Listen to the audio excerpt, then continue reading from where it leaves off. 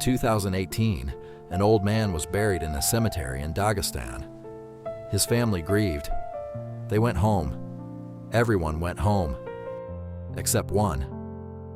A small orange cat sat down next to the grave and didn't leave for 7 years. Through winter, through rain, through summer so hot the ground cracked. He stayed, and when he finally died, they buried him there too, next to the only place he ever wanted to be. Makhachkala is the capital of Dagestan, a city on the Caspian Sea, where the mountains meet the flatlands and the wind comes in cold off the water. Its cemeteries are gray and quiet. Flat stone markers, cracked concrete, bare trees that don't offer much shade. Not the kind of place you'd choose to spend a day, let alone a life. In the autumn of 2018, a funeral was held there. An old man laid to rest. His family stood around the grave, said what needed to be said, and left.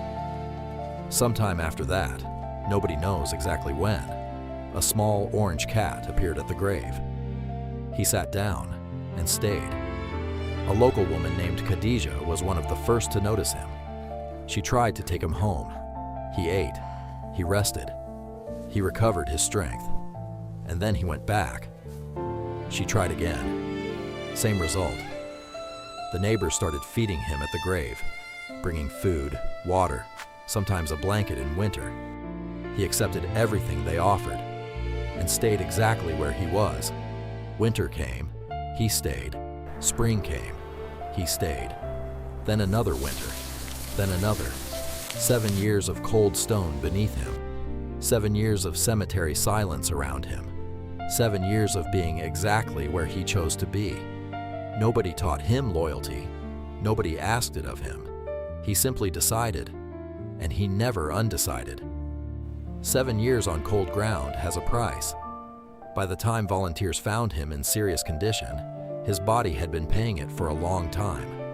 Pneumonia, ear infections, liver disease. He could barely stand. They brought him to a veterinary clinic in Makhachkala.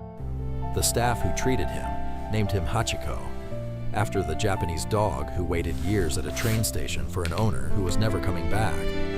The name fit perfectly and broke everyone who heard it. The volunteers wanted to give him a second chance. They transferred him to St. Petersburg.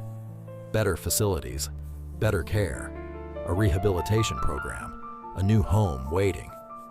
People had already come forward to adopt him. He was going to make it. That was the plan. In April 2025, before the new home became real, Hachiko died. The volunteers from the Usatya Polosatya Foundation, Whiskers and Stripes in English, announced his death with a single statement. Hachiko wanted to stay beside the person who had gone before him. This wish and desire will be fulfilled. They kept their word.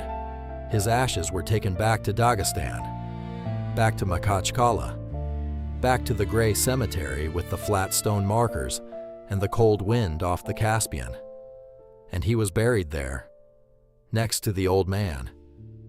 In the end, he got exactly what he always wanted, to not be separated, to stay. Some people will tell you animals don't understand death, that he wasn't waiting, that he was just there. Maybe. But he chose that grave over every warm house they offered him, over every bowl of food placed somewhere else, over 7 years of chances to leave. He didn't leave, not until he had to. He waited 7 years, then he was buried next to him. Catspiracy. They were always staying. We just never paid attention.